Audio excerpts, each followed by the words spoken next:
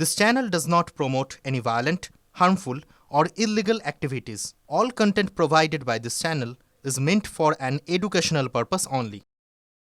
সেদিন যে রোগ হয়েছিল এটা অস্বীকার করার জায়গা নেই। বাবরি মসজিদ নিয়ে যে একটা ইমোশন কাজ করছে মুসলমানদের মধ্যে, সে আবেগেরই একটা বহিঃপ্রকাশ আমরা সেদিন দেখলাম। একটা ওবিসি আর একটা হচ্ছে ওয়াকফ, এই দুটো নিয়ে মুসলমানদের মধ্যে ক্ষোভ আছে।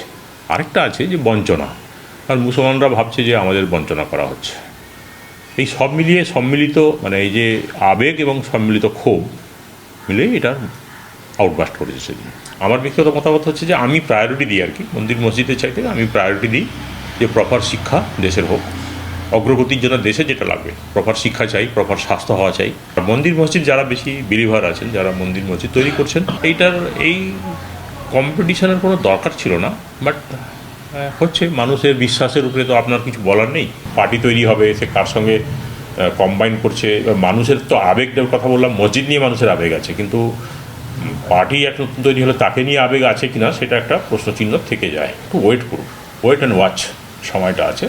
কিছু পার্টি তৈরি হয় বুদবুদের মতো, আবার উঠে আবার মিলিয়েও যায়। এখন সেটা মানুষের উপরে ডিপেন্ড করছে যে মানুষ কী চাইছে।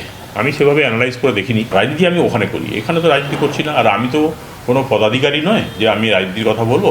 আমি কোথাও কোনো জায়গাতে তৃণমূলের কোনো জায়গাতে নেই কোথাও, খালি আমি বিধায়ক, একজন সিম্পল প্লেন অ্যান্ড সিম্পল বিধায়ক। আমি শুধু দেবরের জন্য সুতরাং ওখানে আমি রাজনীতি করবো।